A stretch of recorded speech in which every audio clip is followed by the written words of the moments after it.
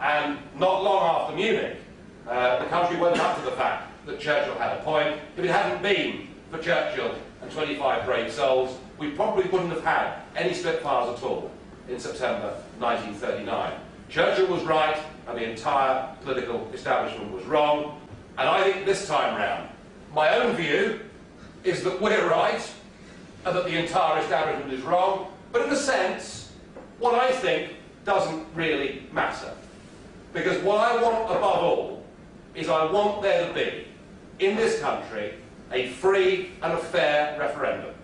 So that we can decide whether we want to be a part of this new European project, or whether we want to take back our independence, our self-government, our democracy, and as I would put it, our pride, and whether we want to recalibrate the British economy and the British country, and take us away from being a European country. We're not a European country.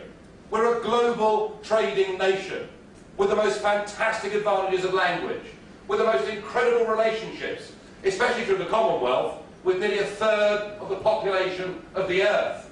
You know, what I'm looking for, what I'll fight for, as and when we get that campaign, I won't be fighting a backwards-looking, idea that somehow we should return to the 1950s and take back the empire. That's not what I'm saying.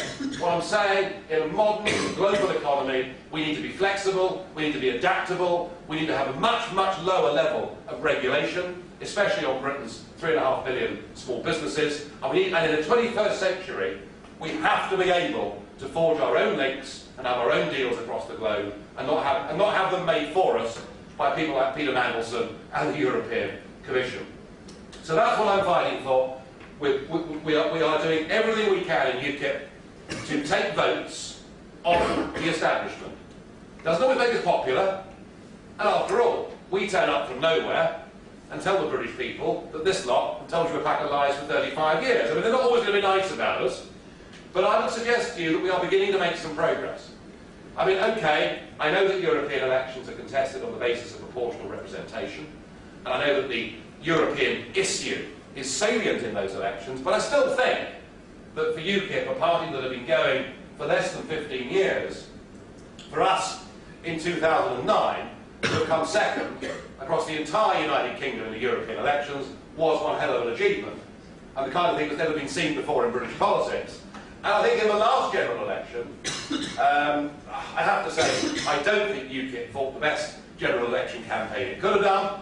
But despite that, still 1 million people, still 50% more than last time round, turned out and voted for us. And from what I can see from local council by-election results week after week, the level of support for our party is growing. And it's not just people on the right, there are people on the left too that will come out and vote UKIP, because they say this question of whether we govern ourselves matters much more than any other single political issue that we face in our country. So I put my hat back in the ring to be leader of UKIP again. I did enjoy Lord Pearson of Rannoch's resignation statement when he said he was simply no damn good at it and he was going to retire back to his estate in Scotland. I mean, honesty like that is really rather good. My hat is back in the ring, and I am hopeful, I'm optimistic that next Friday I will get the chance to lead UKIP again, and I will campaign for us to have a referendum. I will campaign for us to be a free country. I will campaign for us to have aircraft on our 2 carriers. I will campaign for us to have longer and tougher criminal sentences for repeat offenders. And I will campaign for us to have less government. You know, if you want to smoke a cigarette in your local pub, and I do, if you want to go and hunt foxes, that's your business. That's for you and your conscience to determine. It shouldn't be for government to make those decisions. So they're the things that I'm fighting for. And I remind myself that the last time there was an attempt to force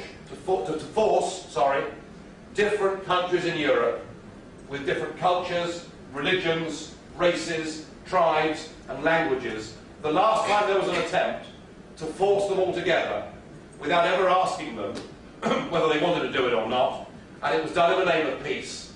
That project was started in 1920, and that country was called Yugoslavia. because the great brains post-Versailles decided that the First World War had been caused by all these little warring states in the Balkans.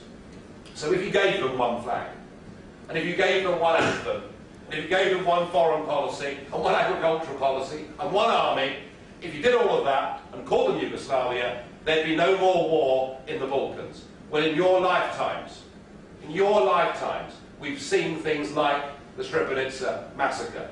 In your lifetime, we've seen the ugliest civil wars that Europe has seen for 65 years as those individual groups of people fight to get back their own identities and their rights to self-government. You may say that it's an unpleasant, uncomfortable example, but it's a truism that people will not have imposed upon them another identity to the one that they in their hearts feel themselves to be. And I believe the people of this country want to stay British, and the people of Germany actually want to have their modern-day democracy, and the people of France most definitely want to stay French and do things their way. So that's my crusade, that's my campaign, that's what I've dedicated over a decade of my life towards, and I'd be very happy to take any questions or criticisms or insults you wish to hear. Thank you.